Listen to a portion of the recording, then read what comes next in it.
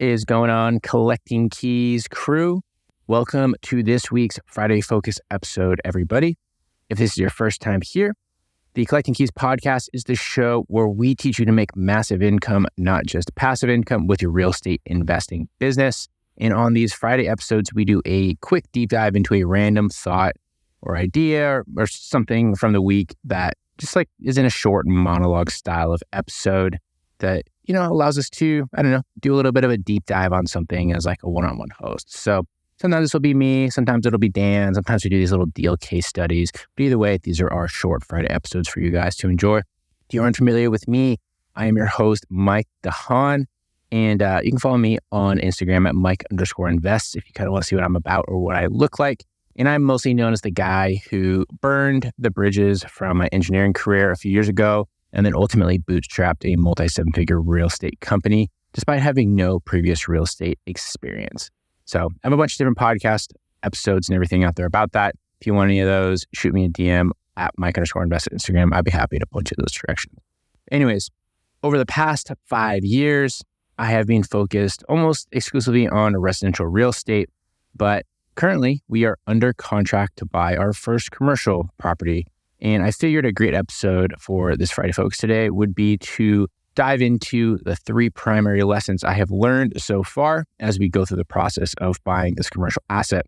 We have not closed on it yet, so there is a possibility that we end up not buying it, but we are still in the due diligence phase and are very seriously planning to move forward. And, the things that I have learned are that just like this kind of asset is very, very different from residential. And there was a bunch of things I was not expecting. So let's dive in. First off, I did not realize how expensive renovations were on commercial assets versus residential properties. We have done hundreds of residential properties, literally, and I was not prepared for how much more expensive these commercial renovations would be for kind of like the same thing. Like honestly, the place that we're buying, it's like a distressed office space. It's just under 6,000 square feet. It's like not anything fancy. It's honestly kind of like a giant brick box. It's just like a great location. But we are getting quotes in like hundreds of thousands of dollars to redo the offices, throw up some paint, do some flooring, fix all the utility stuff, which is a lot of the expense. And, we've done complete gut rehab houses that are like 2,500 square feet for like $50K. I was absolutely not aware that a building that's like, twice the size was going to be 10x the cost. Like the main things that we're really learning about are fire protection requirements, which makes sense that you need to have it at a commercial property. But I didn't realize that a sprinkler system costs like $200,000 to put up. Like, isn't it just like a bunch of pipes and sensors? Like, what the fuck? Like, I was not expecting that at all. As you've been going through it, sort of like our original base estimates on expenses have just been blown out of the water. And there's like fire protection stuff that's required there. And then, higher durability materials in general are needed. And those tend to be a little bit more expensive than things you put in residential properties. But it just gave me a really harsh perspective on the money that's needed for these types of deals. And, it was a learning experience as we got in. And the plus side is because we were buying it as what we thought was just like an A+++ deal, we're learning all these things. Our budget is increasing rapidly, but it's still like an A deal after that because we thought it was so freaking solid when we found it originally. So, something we're learning. I'm sure there's different ways you can approach it, but it's been a learning experience so far there. Number 2, when it comes to lenders on these kind of deals, I didn't realize how much more room there was for negotiations or how kind of like different the lending options were. When it comes to residential property, if you've been in that space at all, you can look at hard money, you can look at like Fannie Freddie loans, DSCR loans, commercial residential loans. Everyone kind of offers like the same products. Like you can find stuff that's like a little bit different, but it will be within a percentage point of each other, typically have similar LTV requirements, DSCR requirements, things like that. With commercial, things are just like completely different. Something that caught us off guard was immediately our primary bank that we have done dozens and dozens of loans with, and we held most of our cash there. They won't even lend on it if it isn't fully stabilized. Like we figured that we would just be able to text our banker there like we always do the residential properties, and he would give us a basic idea. He was basically just like, no, we don't even touch these kind of deals if they're not leased. I'm like, okay, well, that sucks because that was something that we were banking on. And, normally with our residential stuff, we literally just text them. They go and they do a drive-by or do like a outside inspection, whatever they call it, and we can get a refinance or purchase done in like a couple of weeks. This one, we are having to start from square one. And then as we were shopping around, we started to find that we had a super wide range of different LTVs, different interest rates, all sorts of different lending requirements around us and the property itself. And then like the bank that we ended up going with, they're a local bank, and they're actually lending us 80% of the purchase price, plus all of the estimated renovation costs once we get a made out professional budget from a contractor.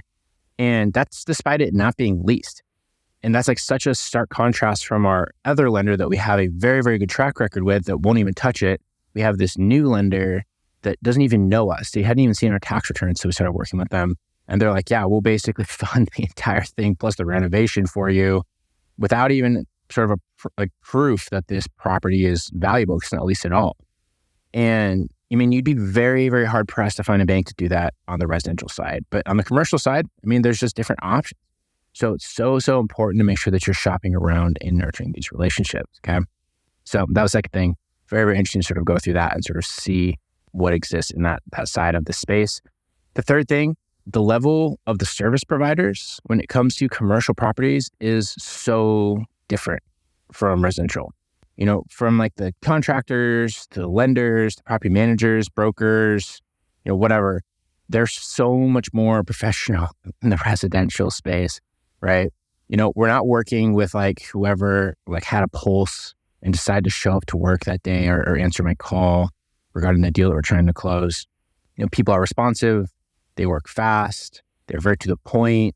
There isn't a lot of like willy-nilly talk, like beat around the bush sort of behavior with a lot of these. There's a lot less trying to like hunt people down or worrying about like contractors trying to like embezzle you with money. Like, honestly, I can see why most commercial investors are kind of like uptight corporate types.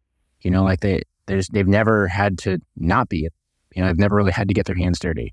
Like, it's very obvious to me that, you know, most of these commercial investors, I now understand they've never had the honor of like having to deal with a potentially drunk contractor who reeks of cigarettes, who had incorrectly installed a staircase at your rental unit and is now trying to shake you down for more money in a Home Depot parking lot because he needs an advance on the rest of the work.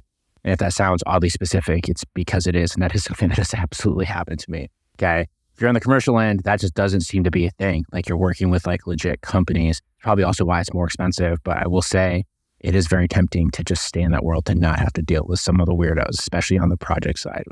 So very, very different.